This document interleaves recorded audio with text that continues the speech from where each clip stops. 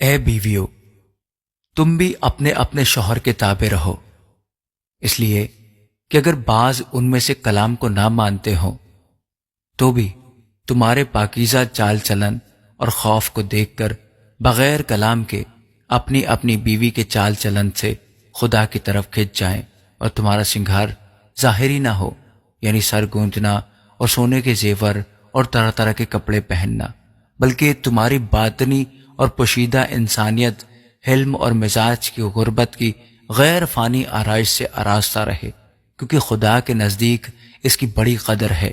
اور اگلے زمانہ میں بھی خدا پر امید رکھنے والی مقدس عورتیں اپنے آپ کو اسی طرح سنوارتی اور اپنے اپنے شوہر کے تابع رہتی تھیں۔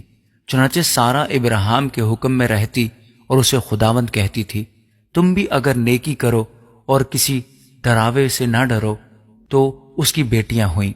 اے شوہرو، تم بھی بیویوں کے ساتھ عقل مندی سے بسر کرو اور عورت کو نازک ظرف جان کر اس کی عزت کرو، اور یوں سمجھو کہ ہم دونوں زندگی کی نعمت کے وارث ہیں، تاکہ تمہاری دعائیں رک نہ جائیں۔ غرض سب کے سب یک دل اور ہمدرد رہو، برادرانہ محبت رکھو، نرم دل اور فروتن بنو، بدی کے عوض بدی نہ کرو، گالی کے بدلے گالی نہ دو، بلکہ اس کے برعکس برکت چاہو، کیونکہ تم برکت کے وارث ہونے کے لیے بلائے گئے ہو۔ چنانچہ جو کوئی زندگی سے خوش ہونا اور اچھے دن دیکھنا چاہے، وہ زبان کو بدی سے اور ہونٹوں کو مکر کی بات کہنے سے باز رکھے، بدی سے کنارہ کرے اور نیکی کو عمل میں لائے، صلح کا طالب ہو اور اس کی کوشش میں رہے، کیونکہ خداوند کی نظر راست بازوں کی طرف ہے اور اس کے کان ان کی دعا پر لگے ہیں، مگر بدکار خداوند کی نگاہ میں ہے۔ اگر تم نیکی کرنے میں سرگرم ہو تو تم سے بدی کرنے والا کون ہے؟ اور اگر راست بازی کی خاطر دکھ سہو بھی تو تم مبارک ہو، نہ ان کے ڈرانے سے ڈرو اور نہ گھبراؤ، بلکہ مسیح کو خداوند جان کر اپنے دلوں میں مقدس سمجھو، اور جو کوئی تم سے تمہاری امید کی وجہ دریافت کرے تو اس کو جواب دینے کے لیے ہر وقت مستعد رہو، مگر حلم اور خوف کے ساتھ، اور نیت بھی نیک رکھو، تاکہ جن باتوں میں تمہاری بدگوئی ہوتی ہے انہی میں وہ لوگ شرمندہ ہوں جو تمہارے مسیحی نیک چال چلن پر لان تان کرتے ہیں۔ کیونکہ اگر خدا کی یہی مرضی ہو کہ تم نیکی کرنے کے سبب سے دکھ اٹھاؤ تو یہ بدی کرنے کے سبب سے دکھ اٹھانے سے بہتر ہے، اس لیے کہ مسیح نے بھی یعنی راست باز نے ناراستوں کے لیے گناہوں کے باعث ایک بار دکھ اٹھایا تاکہ ہم کو خدا کے پاس پہنچائے۔ وہ جسم کے اعتبار سے تو مارا گیا لیکن روح کے اعتبار سے زندہ کیا گیا، اسی میں اس نے جا کر ان قیدی روحوں میں منادی کی جو اس اگلے زمانہ میں نافرمان تھی۔ جب خدا نوح کے وقت میں تحمل کر کے ٹھہرا رہا تھا اور وہ کشتی تیار ہو رہی تھی جس پر سوار ہو کر تھوڑے سے آدمی یعنی 8 جانیں پانی کے وسیلہ سے بچیں، اور اسی پانی کا مشابہ بھی یعنی بپتسمہ یسوع مسیح کے جی اٹھنے کے وسیلہ سے اب تمہیں بچاتا ہے۔ اس سے جسم کی نجاست کا دور کرنا مراد نہیں، بلکہ خالص نیت سے خدا کا طالب ہونا مراد ہے۔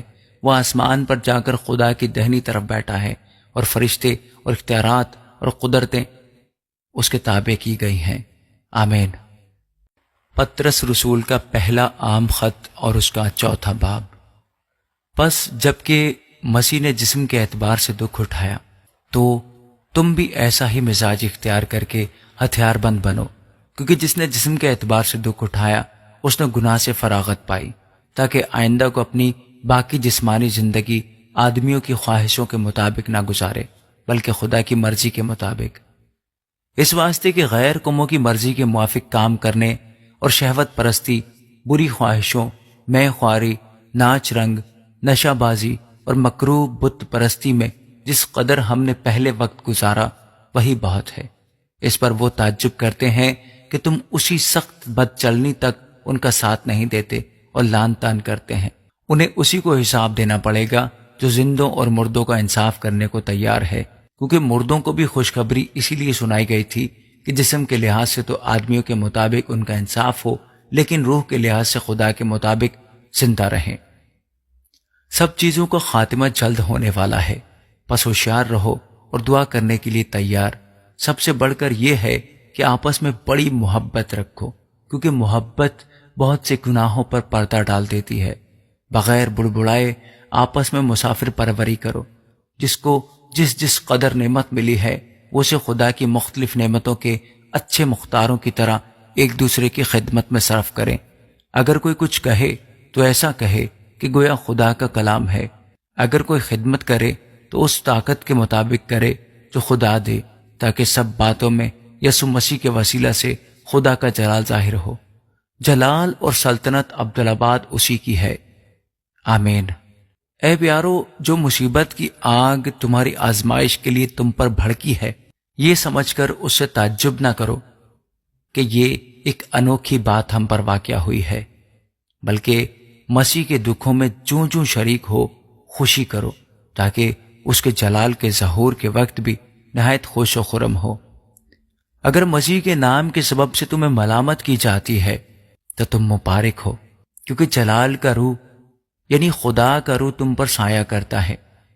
تم میں سے کوئی شخص خونی یا چور یا بدکار یا اوروں کے کام میں دست انداز ہو کر دکھ نہ پائے، لیکن اگر مسیحی ہونے کے باعث کوئی شخص دکھ پائے تو شرمائے نہیں، بلکہ اس نام کے سبب سے خدا کی تمجید کرے، کیونکہ وہ وقت آ پہنچا ہے کہ خدا کے گھر سے عدالت شروع ہو، اور جب ہم ہی سے شروع ہوگی تو ان کا کیا انجام ہوگا جو خدا کی خوشخبری کو نہیں مانتے۔ اور جب راست باز ہی مشکل سے نجات پائے گا تو بے دین اور گنہگار کا کیا ٹھکانہ۔ بس جو خدا کی مرضی کے موافق دکھ پاتے ہیں وہ نیکی کر کے اپنی جانوں کو وفادار خالق کے سپرد کرتے ہیں، آمین۔ پطرس رسول کا پہلا عام خط اور اس کا 5واں باب۔ تم میں جو بزرگ ہیں، میں ان کی طرح بزرگ اور مسیح کے دکھوں کا گواہ اور ظاہر ہونے والے جلال میں شریک بھی ہو کر ان کو یہ نصیحت کرتا ہوں کہ خدا کے اس گلہ کی گلہ بانی کرو جو تم میں ہے، لاچاری سے نگہبانی نہ کرو، بلکہ خدا کی مرضی کے موافق خوشی سے، اور ناجائز نفع کے لیے نہیں بلکہ دلی شوق سے۔ اور جو لوگ تمہارے سپرد ہیں ان پر حکومت نہ جتاؤ، بلکہ گلہ کے لیے نمونہ بنو۔ اور جب سردار گلہ بان ظاہر ہوگا تو تم کو جلال کا ایسا صحرا ملے گا جو مرجھانے کا نہیں۔ اے جوانو، تم بھی بزرگوں کے تابع رہو، بلکہ سب کے سب ایک دوسرے کی خدمت کے لیے فروتنی سے کمر بستہ رہو، اس لیے کہ خدا مغروروں کا مقابلہ کرتا ہے مگر فروتنوں کو توفیق بخشتا ہے۔ پس خدا کے قوی ہاتھ کے نیچے فروتنی سے رہو، تاکہ وہ تمہیں وقت پر سر بلند کرے، اور اپنی ساری فکر اسی پر ڈال دو، کیونکہ اس کو تمہاری فکر ہے۔ تم ہوشیار اور بیدار رہو۔